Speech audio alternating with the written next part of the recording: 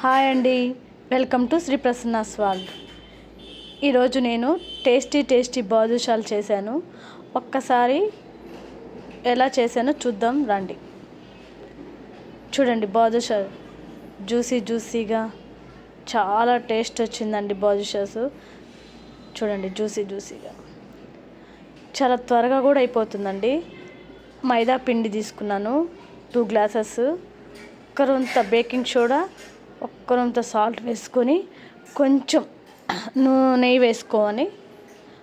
వేసుకున్న తర్వాత కొంచెం ఒక 3 స్పూన్స్ పెరుగు వేసుకొని మంచిగా మిక్స్ చేసుకోవాలండి. బాగా అన్ని ఐటమ్స్ పిండికి పట్టేటట్టు మిక్స్ చేసుకోవాలి. చూడండి, అట్లాగా పిండి చేత్తో ఇట్లా ఉండగట్టాలండి. అట్లా చేసుకున్నాక కొంచెం వాటర్ వేసుకొని పిండి కలిపే దాంట్లోనే ఉంటుందండి బాదుషా చేయడంలో. ఈ లోపల మనము చక్కెర పాకం పట్టుకుందాము. చక్కెర పాకంలో కొంచెం వాటర్ వేసేసుకుంటే పాకం రెడీ అయిపోతుంది. చక్కెర పాకం అయిపోయే లోపల మనము బాదుషాకి మంచిగా పిండి చూడండి నేను ఎలా కలుపుతున్నాను. అట్లాగా మనము బాదుషాకి పొరలుగా లోపల లేయర్లుగా రావాలి అంటే ఇట్లాగా పిండి తీసి ఒకదాని మీద ఒకటి అట్లా పెట్టుకుంటూ మళ్ళీ మంచిగా ఒక బాల్ టైప్ లాగా చేసుకుంటూ మళ్ళీ అట్లాగా మొత్తం దంచుకుంటూ మంచిగా చూడండి మళ్ళీ అలాగే చేసుకోవాలి. పొరలుగా ఇదండి, పొరలుగా రావాలంటే లేయర్లుగా ఇట్లాగా మంచిగా పిండిని మంచిగా చేసుకొని కొంచెం సేపు 5 మినిట్స్ మూత పెట్టేసుకున్నాక చూడండి మీ పిండి ఎంత సాఫ్ట్ వచ్చిందో చూడండి.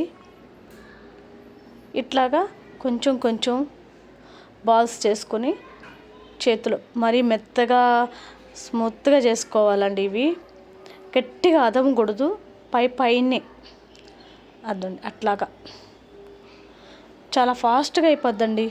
ఈ లోపల జీరా కూడా మరీ పాకంలాగే అవసరం లేదండి, చక్కెర కరిగేంత వరకు ఉంటే చాలు.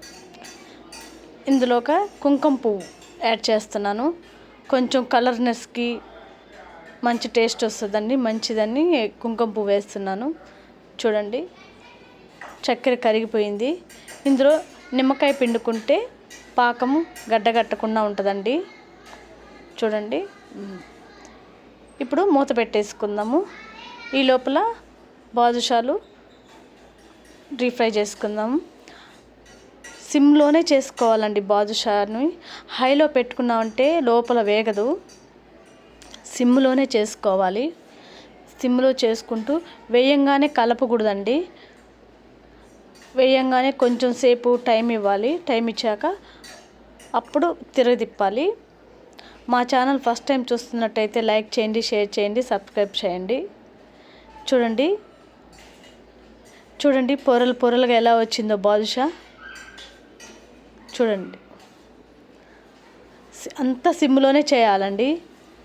చూడండి, బాదుషా కలర్లు వచ్చేసాయి కదా. చూడండి, బాదుషా కలర్ వచ్చేసింది.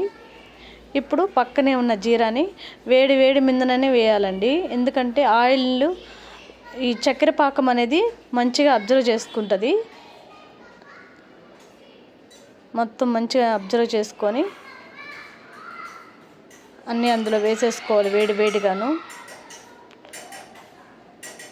మొత్తం అట్లా వేసేసుకొని అవి చక్కెర పాకాన్ని బాగా పీల్చుకుంటాయండి వేడి మీద. చూడండి, పొరలుగా వచ్చాయి బాదుషాను. చాలా టేస్ట్గా ఉన్నాయండి. ఒక్కసారి మీరు కూడా ట్రై చేయండి. త్వరగా అయిపోయే స్వీట్ ఐటమ్ అంటే బాదుషానేనండి. చూడండి, పీల్చేసుకుంది చూసారా, పీల్చేసుకుంది మొత్తం. చూడండి, పొరలుగా వచ్చేసాయి. బాదుషా పిండి కలిపే దాంతోనే ఉంటుందండి బాదుషాలు చేయడము. బాగా పీల్చేసుకోవాలండి అవి.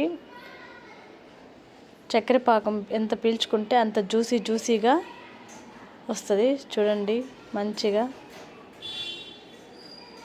ఎంత మంచిగా చూడండి బాదుషా జ్యూసీగా. చూడండి, పొరలు పొరలుగా వచ్చేసినాయి. మంచి జ్యూసీగా అండి. చూడండి మెత్తగా వచ్చేసాయి. ఒక 5 hours కానీ ఇట్లాగనే పాకంలో ఉంచితే మంచి ఉంటుంది. Thank you for watching video.